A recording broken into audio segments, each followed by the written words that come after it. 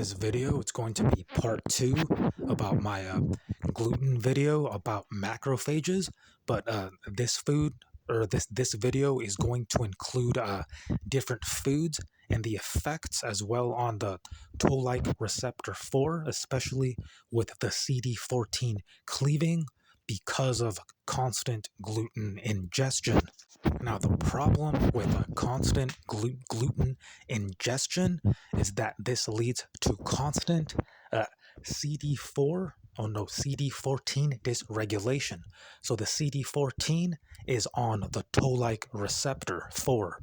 What this ends up doing is that the toll-like receptor 4 stays stuck at the membrane because the TLR4, it can internalize, but it can't because the CD14 is cleaved off.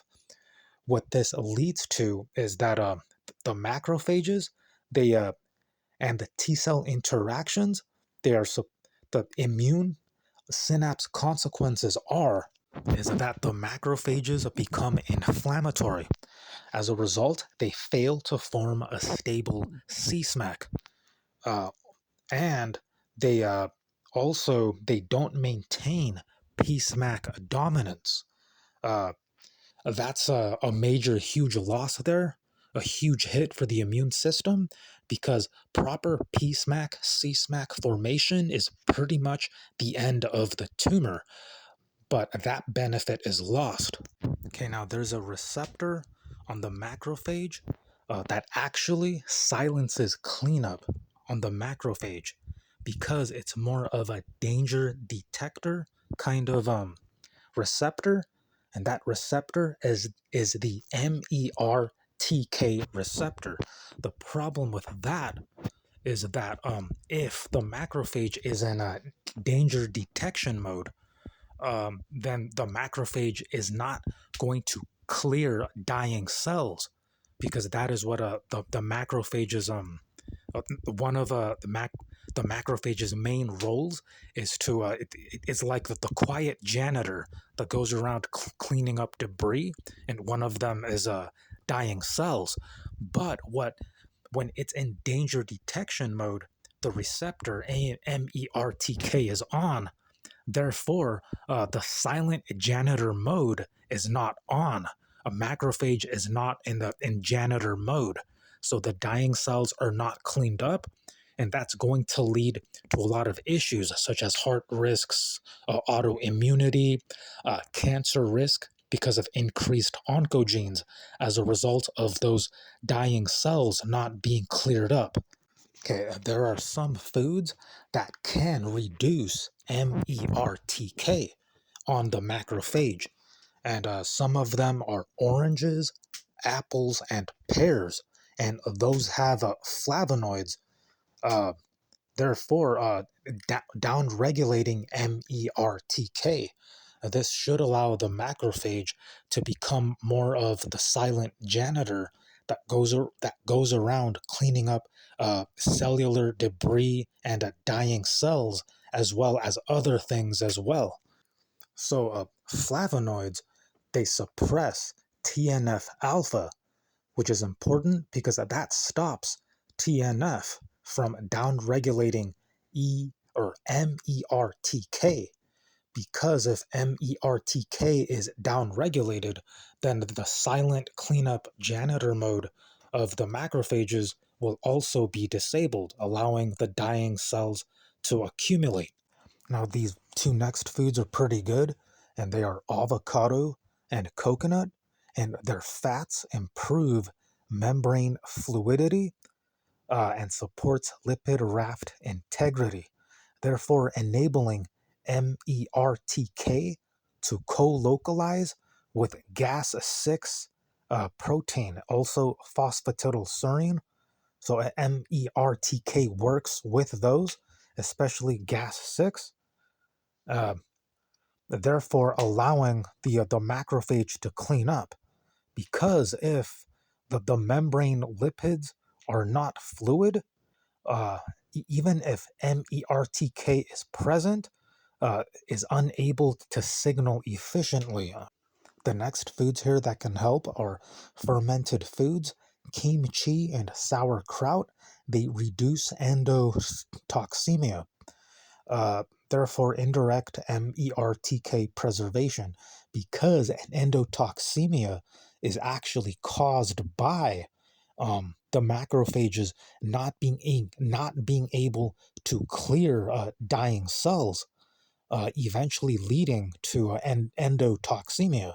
So it seems that these foods, the fermented foods, that they still work even while the macrophages are not in cleanup mode, which is caused by uh, constant gluten ingestion. Okay, so what those fermented foods they end up doing is that they lower systemic LPS, therefore less toll-like receptor for activation, reducing TNF-alpha. So lower TNF-alpha means less MERTK downregulation.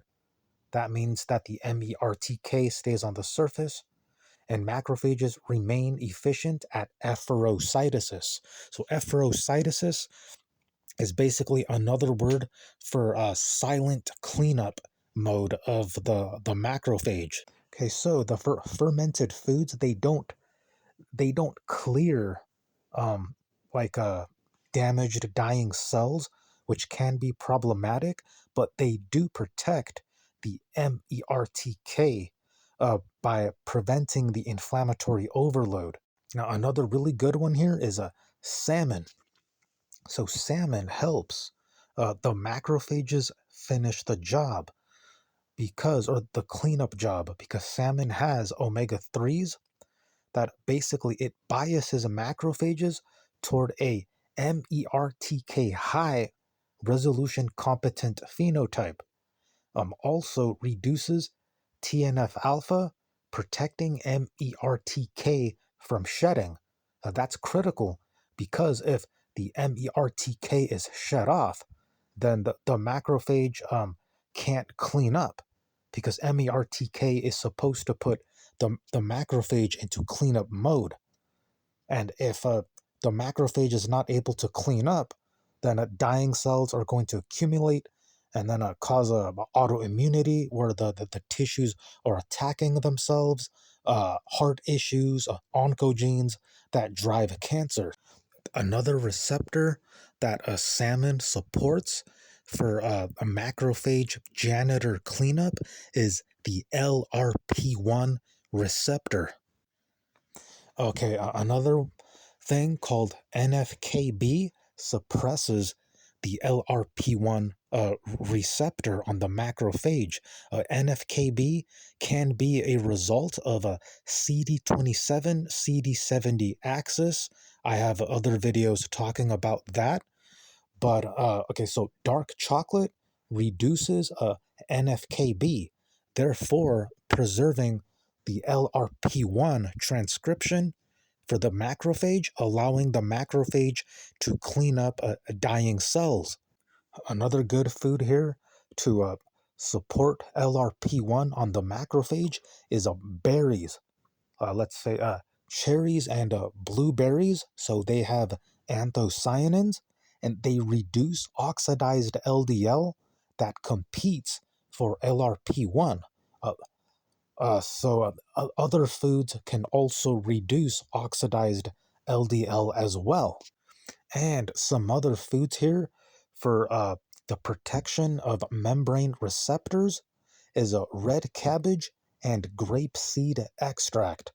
So also astaxanthin in a salmon. So that's it for the video. Like, comment, share, subscribe.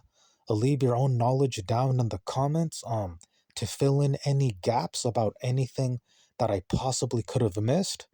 And I'll see you in the next video.